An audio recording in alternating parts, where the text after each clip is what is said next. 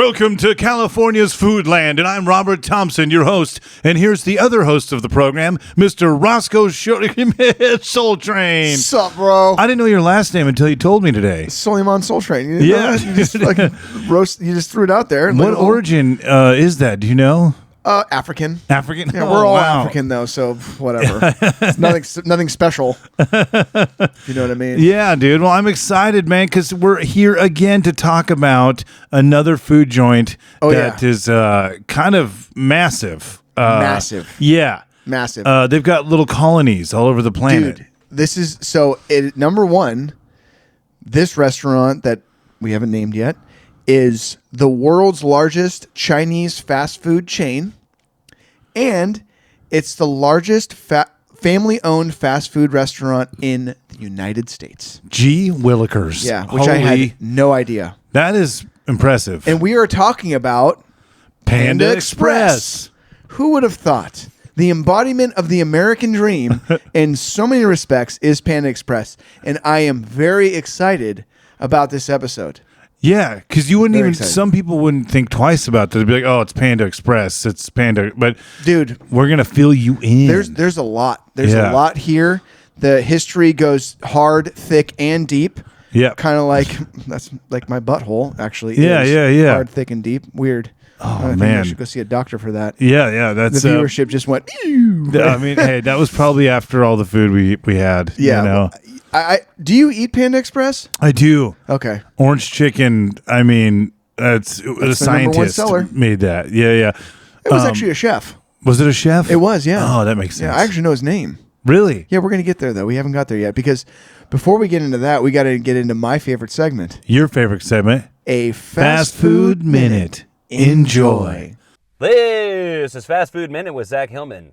Arby's might be known for somehow giving you diarrhea with cold cuts, but the chain also holds the record for the longest commercial ever aired. Clocking in at 13 hours, the spot took over Duluth, Minnesota airwaves in 2014, featuring an uninterrupted shot of a brisket being smoked. Even wilder, Francis Ford Coppola's director's cut runs 40 minutes longer and features a scene where the brisket gleefully sodomizes Marlon Brando to the doors break on through. The horror. The horror. Oh boy. You know what I just noticed? What? I have this little baby doll in here. It's a little cutesy little baby doll. Yeah. And it has a bald spot in the back. It's got like a little monkey butt back here. Oh, whoa. It's kind of sad. But we're not talking about monkey butts and we're not talking about bald spots. We are talking about Panda Express, the world's largest Chinese fast food chain. Wow. Yeah, man. Largest. Yeah, dude. And I will be honest.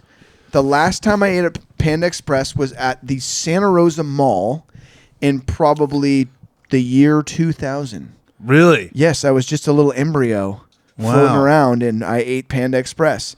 And not that it was bad, but it was fine for what it was. Deep fried chicken nuggets, essentially, and a sweet orange sauce with some chow mein. I think that's exactly what I got. And I just never really ate Panda Express. So that's you grew up north, and I feel like there's a lot of good Chinese food, right? I mean, kinda. I know New York is what they say. That's where the great Chinese food is. But San Francisco area, Bay Area. Yeah, I guess. I mean, I feel like when people tell me, like, you got to go to this Chinese food restaurant for dim sum, or you got to go to this place for this, I'll go there, and it's, to me, I'm just like, okay, well, it was good. Like, it's all pretty good. Yeah. There's certain places I will not go to. Yeah. I worked around the corner from a Chinese food restaurant, and I saw the dumpsters for my salon were right behind their back door. And what I would see in their kitchen and what they were doing in there was so gnarly that I never went back there ever again. And so there's places I wouldn't eat. Were they making cum from some No, dude. guy? They had a fucking giant. There you go. They had a giant, like, not box, but they had a giant bin of chicken, like chicken parts that were on the floor. And I just saw the dude just walk right over it. And there was a lot of dead rats that were in that alley too, which is typical for alleyways and for restaurants to have rats. But it was just too much of like when you see something like that, that's like this weird, egregious, gross thing of raw chicken on the ground with somebody stepping over it and there's dead rats around you, it just doesn't. It doesn't really help your appetite. But no, but we're Panda not talking. Express does Panda not Express do that. is a different element, different thing. They run a tight ship over there for a variety of reasons, which we're going to get into in the history segment of this podcast. But yeah, so my experience with Panda Express is very minimal. I never eat there because you're like a teenager the last time you went. Yeah, dude. and I actually worked like 4 spots down. I worked for a few years at a shop that was right next to the 1000th Panda Express location in Pasadena. Wow. So, but I never went there. But I got all kinds of weird stories about that location too. Oh, okay, cool. Because that location, because it's the 1000th location, and because it's located where it all started in Pasadena, that location is actually very special. But we'll get there. Okay. And so you frequent Panda Express, right? I do. Yeah, there's a drive-through one in Pomona that's really convenient. Mm-hmm. And just the malls, the samples. You know, going to the mall as a teenager, there's always a Panda. If I didn't have any money, I would definitely enjoy an orange chicken sample or a teriyaki chicken sample. But it's always been around. Growing up, going to malls. Yeah, to malls. Malls especially. And I think that's what we're going to get into is they're kind of in more places than you would think that you're conscious of. That's why they have such an impact. Well, around here especially. Yeah. Oh, yeah. So there's a lot of weird stuff. Like Panda Express has gone through a multitude of changes in their short history, and they're still owned by the family. Dude, the adaptability is why they're around. Like, it's insane. Dude, Peggy Cherng, I think Cherng, Cherng. I think it's Cherng. We'll just say Peggy. Peggy from Panda Express is a fucking genius. Yeah. She is a genius. Did she work with like NASA or something? She's almost like brilliant. Close. Like, she's a fucking genius. Yeah. And it was the couple that started Panda Express, Andrew and Peggy, with their combined forces and what Andrew wanted to do and what she was capable of doing is the reason why Panda Express is ran the way it is now. And I got a lot of stories about how they're ran and employee stories and all that stuff. But let's start breaking it down. Yeah. Man. Let's do it, dude, because this is a good one. Yeah. And this, to me, so we started off this season of California's Foodland with Grill 'Em All, which is a Southern California absolute fucking rock star. Yeah. And Panda Express, and they only have one location. They have one brick and mortar. They started off as a food truck. Yeah. So we started off with Grill 'Em All. This episode is Panda Express, which is the largest family-owned fast food restaurant in the country. And so we're going from like two polar opposites in so many respects that were started right fucking here. And and I have just as much respect for Grill 'Em All as I do Panda Express now, which is strange. I never thought anything of Panda Express because I never went there. Yeah. But okay, so we're going to start off. So the Panda Inn was opened on June 8th, my birthday, 1973 by Andrew Cherng. Cherng? Hey, I have a funny historical info. Let's hear it. So Andrew, right? Yes, the owner. Andrew and Peggy are the couple. Andrew was working for his cousin at a restaurant and hated it. He was making $800 in Hollywood. Yeah, in Hollywood. Yeah. He worked 7 days a week. Yep. Was getting bossed around. Yep. He's like, all right, I am done. I'm going to start my own thing, and left. Yeah, because he thought he was going to work less. Yeah, which is probably not what happened. Because look at where they're at. That you don't get there without work. Right. So I just remember I thought that was cool because he was disgruntled and like, hey, screw this. Yeah. I'm gonna do my own thing. Yeah. I'm gonna go my own way. So then he hired his family to work for him. Yeah. Crazy. Anyway, it's probably did the same thing. Yeah. Okay, so the Panda Inn was opened on June 8th, 1973 by Andrew with his father, who was a chef. Andrew's wife, Peggy, was finishing her degree in Missouri, so the restaurant was operated by the extended family. Andrew's wife went along to building missiles for the government while the family ran the restaurant. So she graduated and started building missiles for the government. She was building software in the 70s to build missiles for the government. Literal genius. Yeah. Making your chicken, dude, like your noodles. Yeah, right. So incredible. But it was fine. Like the restaurant, the Panda Inn was running super good. Andrew was meticulous with the way he treated each customer. He wanted everybody to have a great experience and treated everybody like royalty. The business was running fantastic. They let them wear cowboy hats like I am right now. They did, yeah, exactly. And helmets. 2 years into running the restaurant, Peggy came on board as an accountant, leaving her job with the government. This was a hard decision for Peggy to do. However, she was also raising their Canes. Yeah, exactly. Well, wink, wink.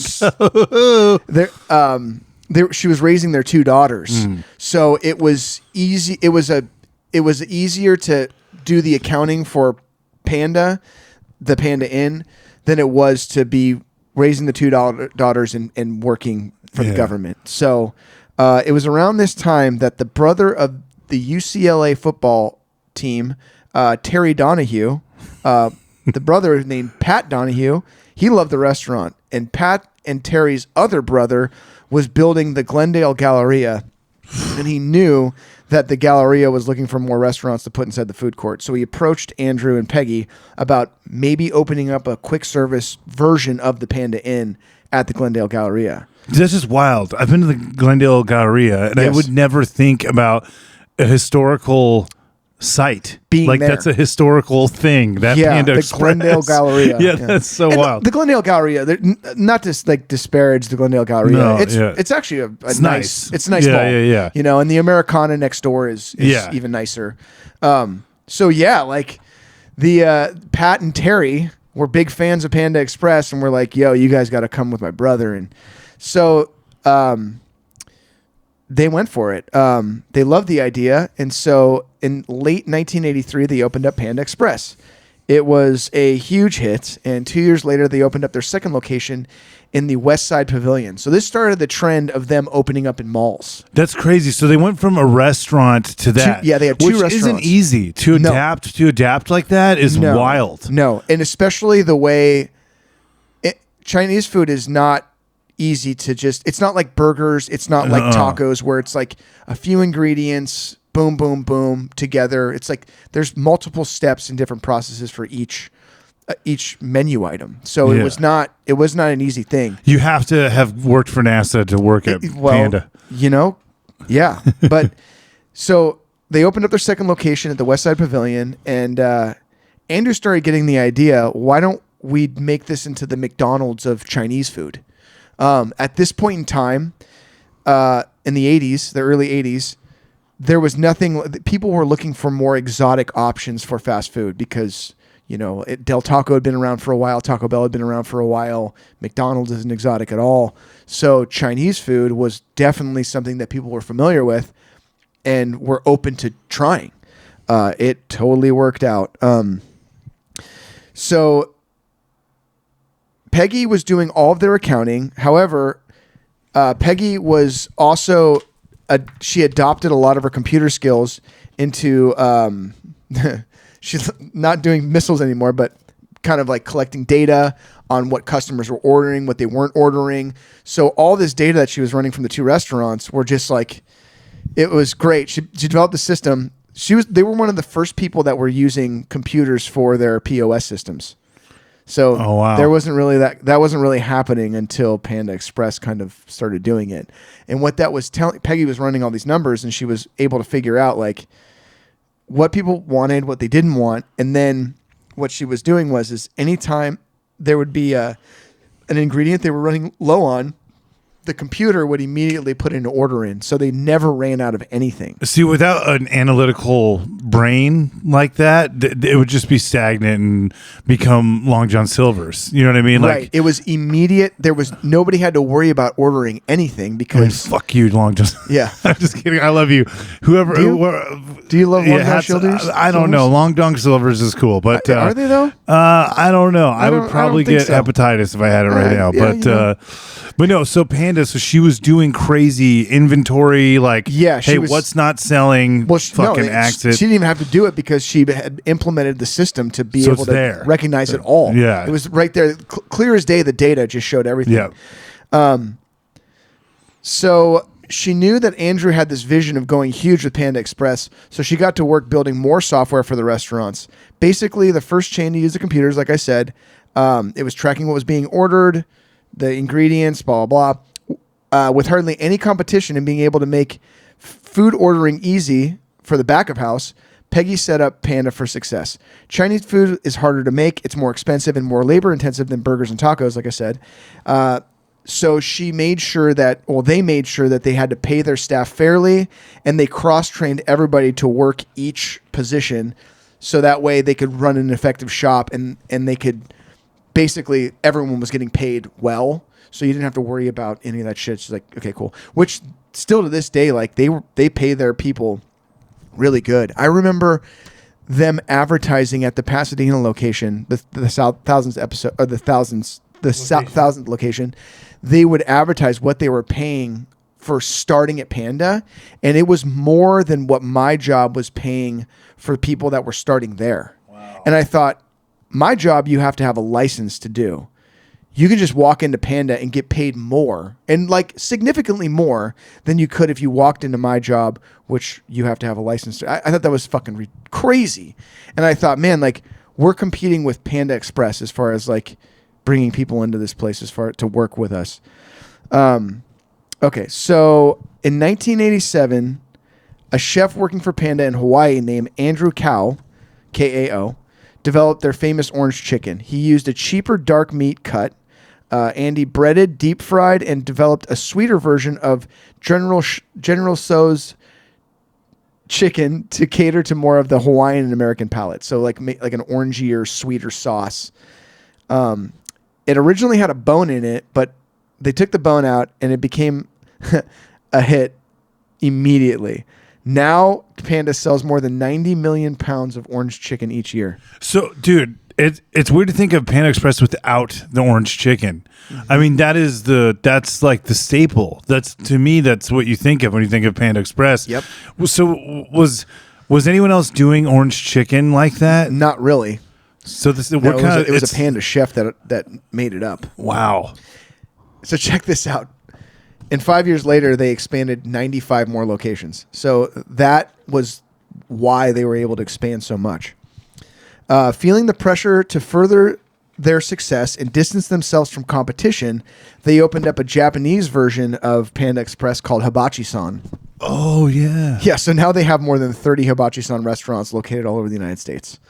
They really don't have any competition. There's nobody else that's doing who would be the closest competition? To simultaneously do that many different types of restaurants and be successful? Or Chinese food. Or Chinese food. Yeah, what's that one? Yeah, what's the big other Chinese food It's not chain? Chinese food. Yoshinoya's. Yoshinoya. Which is like the only other, like, that's Japanese. Yeah, there's no China King.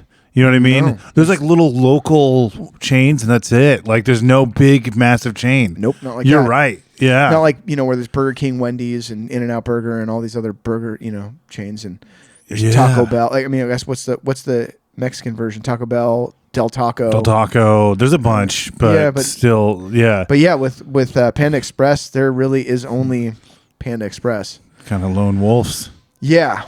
And there used to be others. I know they've tried. There's been tries at other big chains. Sure. And they don't last. No. Yeah. No. Well, think about it. Like, how do you compete with this company? Like, there's more to their company that we're going to get into. Because at this point, they're already at the mall. They're at the malls. They're at the malls. They already have the Japanese almost restaurant. 100 locations at malls. Yeah. Wow. So using the vast amounts of data that Peggy was collecting, they quickly realized that the mall was becoming an outdated shopping concept. So they could see the writing was on the mall. And that was then. Wall. Yeah. In 92, they realized this. Dude. Yeah. Yeah. Which, like, you think about it, like, I remember in 92, like, not the video game, but like the game Mall Madness was like making a big push. So, like, going to the mall in 92 was still a big thing. But yes. They realized even then, they were like, we got to get the fuck out of here. Yeah.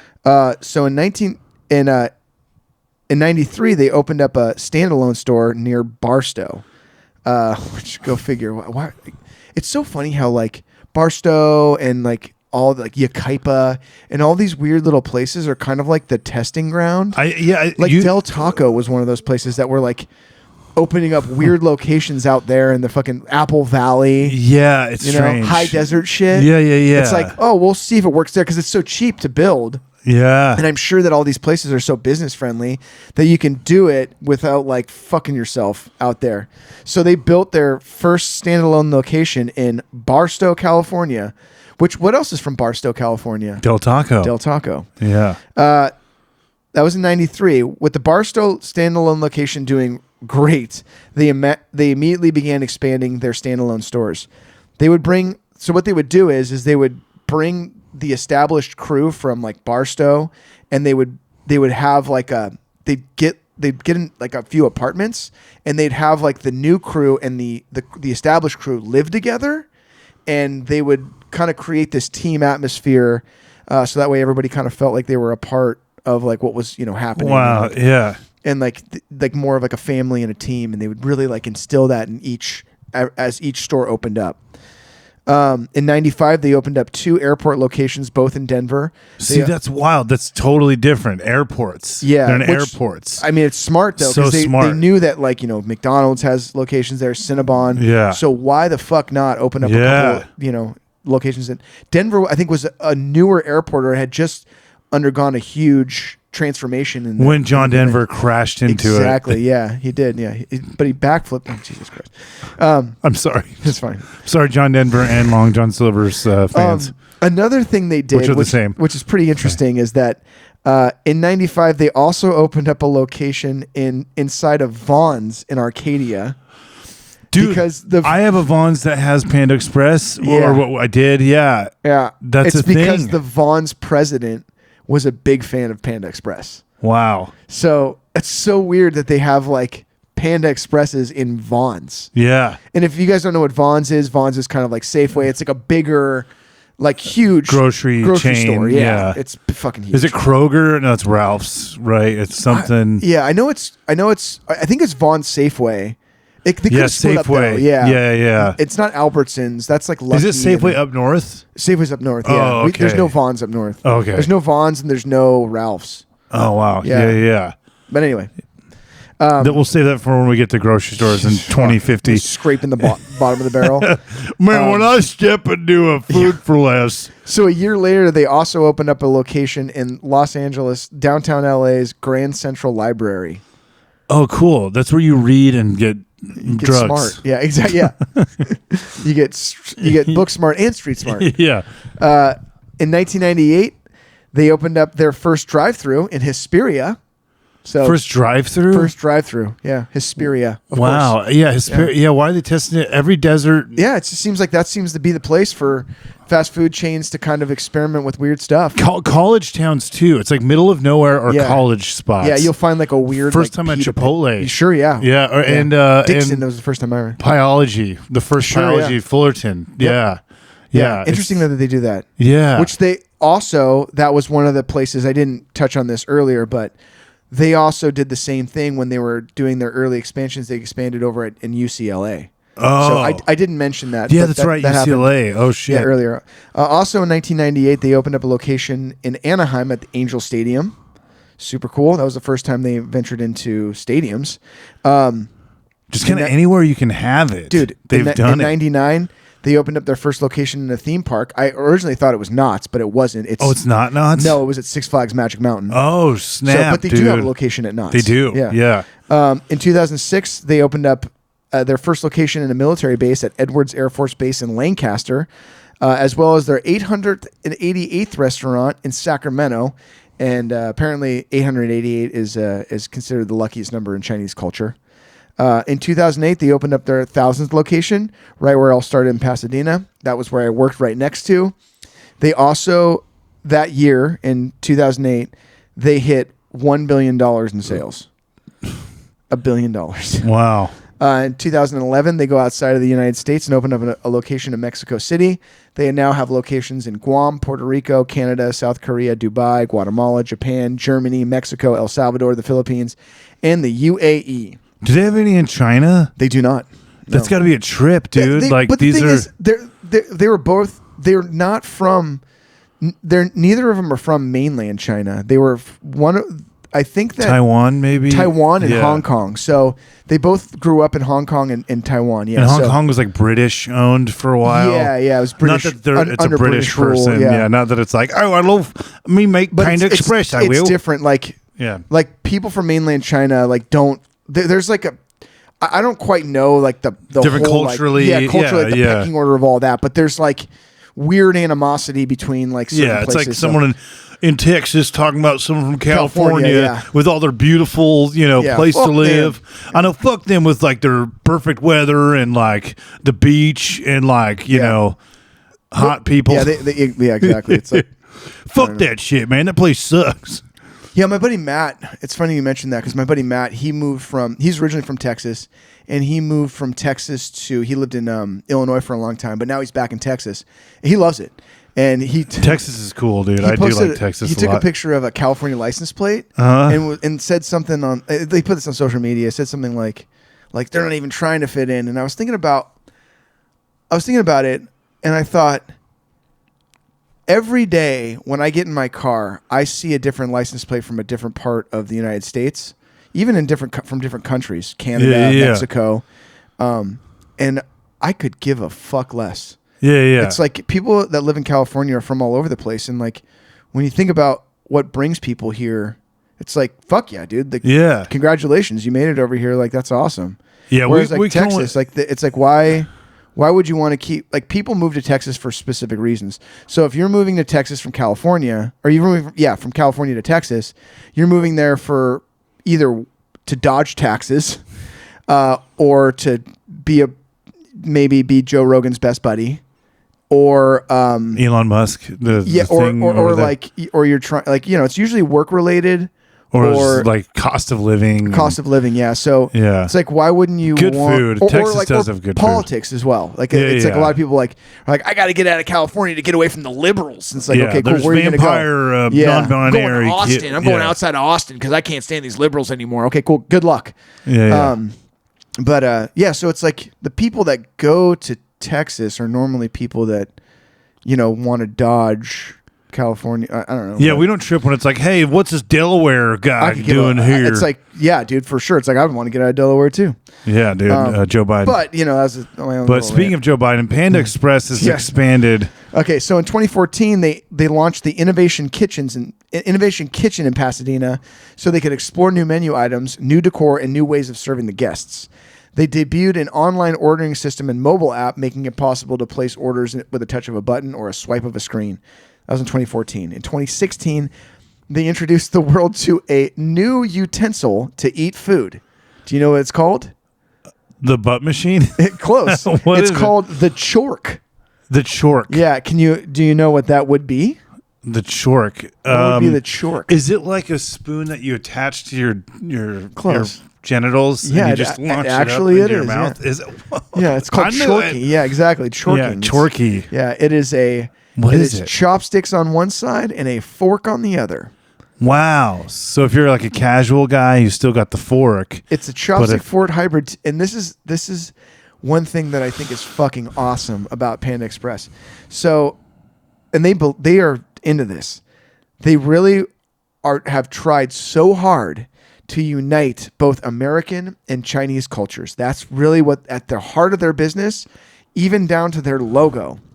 Even down to their mascot, the panda. It's all about uniting America and China. That's cool. Yeah. Okay. You know what they mean by that? I'm just kidding. I don't know. Yeah.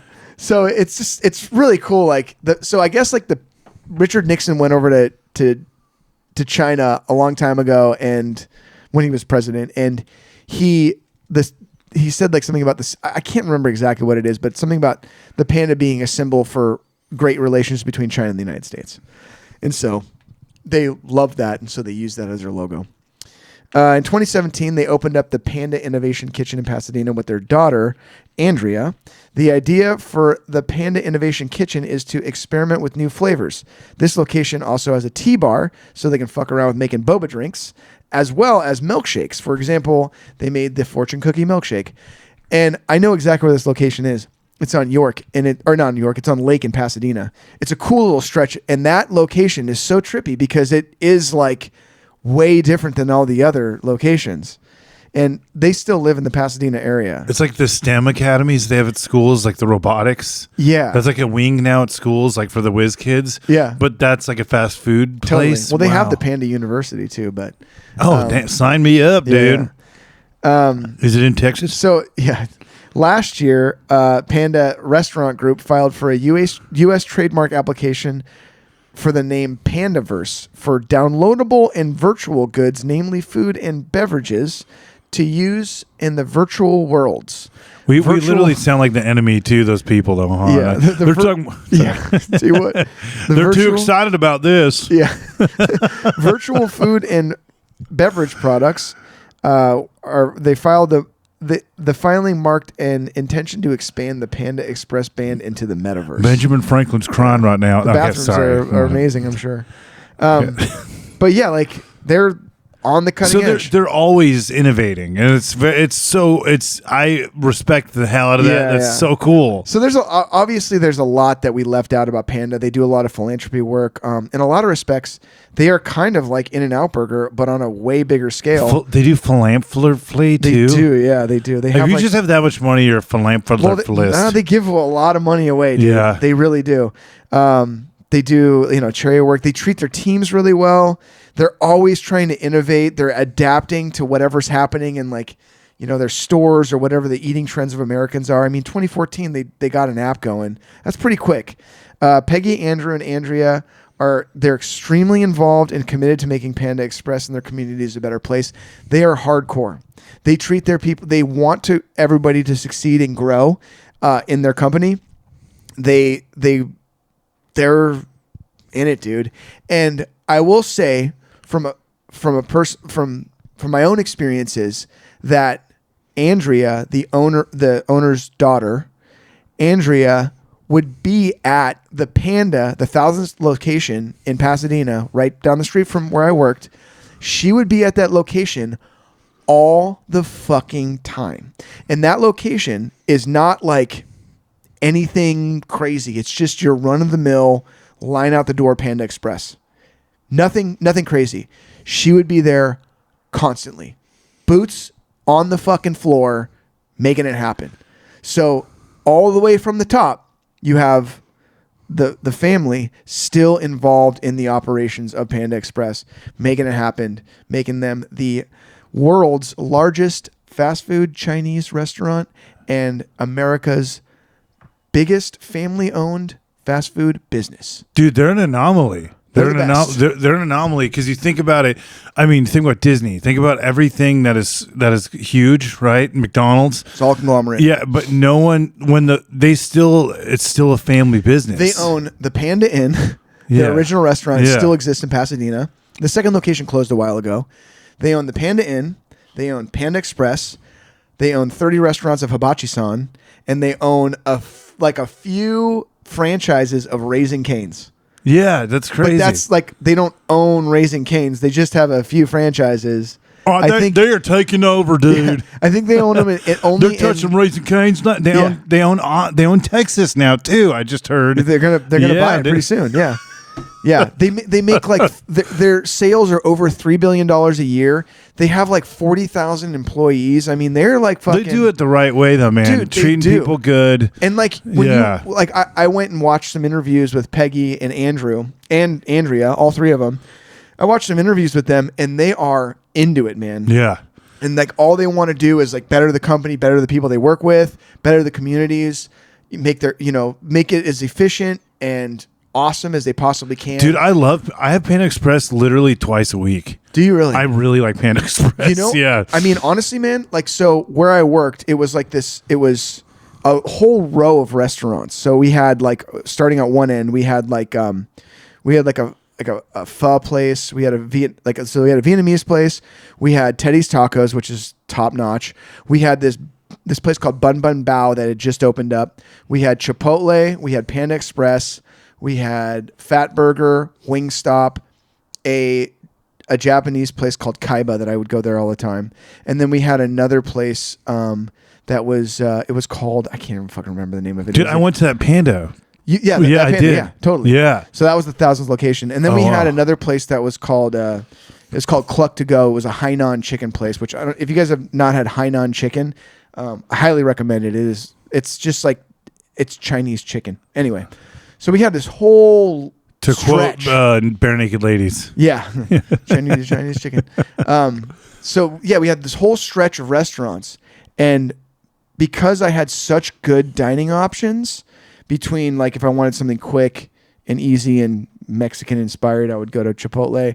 Teddy's Tacos is top notch. I mean, honestly, they're worthy of a California's Foodland episode in themselves.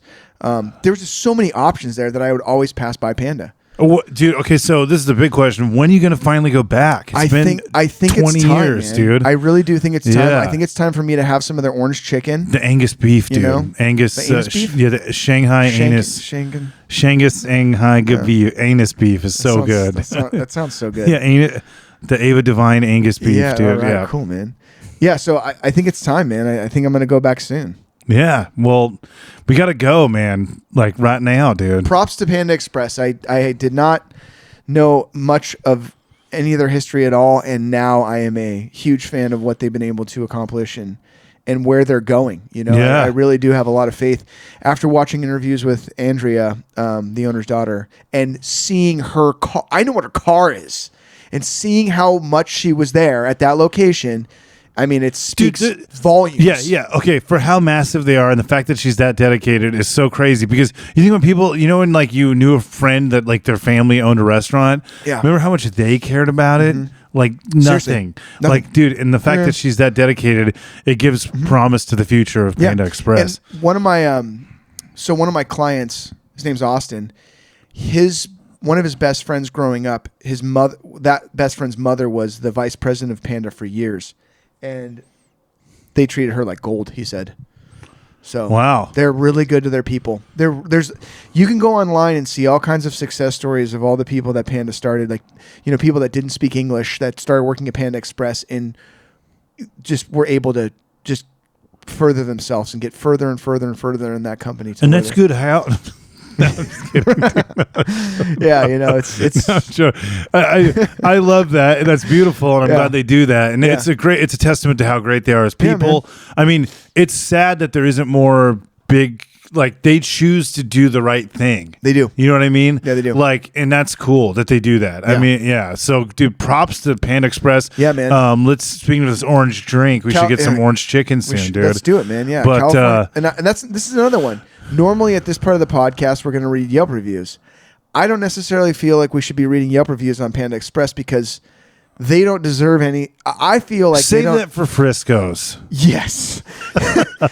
Spoiler alert. Okay, yeah. Save that for another joint. 100%. I love you, Frisco's. Yeah. I love you, Texas. I love you, John Denver. I'm trying to do some damage control. No, but I do love all those places. Texas is fucking bomb food capital of the world. Panda Express, man. What a fucking place, dude. I also love people of all descent. No, I'm just kidding. But yeah, dude, thanks for reminding me of how delicious Panda Express is, and I'm sure at this point they've shut it off and they're eating orange chicken right now. Yeah, dude. Yeah, and who knows what's going to come with them too. I'm curious to see how they're going to innovate and change things up, and also stay true to their roots and try to further bridging both Chinese and American cultures together. Yeah, dude. Well, on that note, in Guy we trust.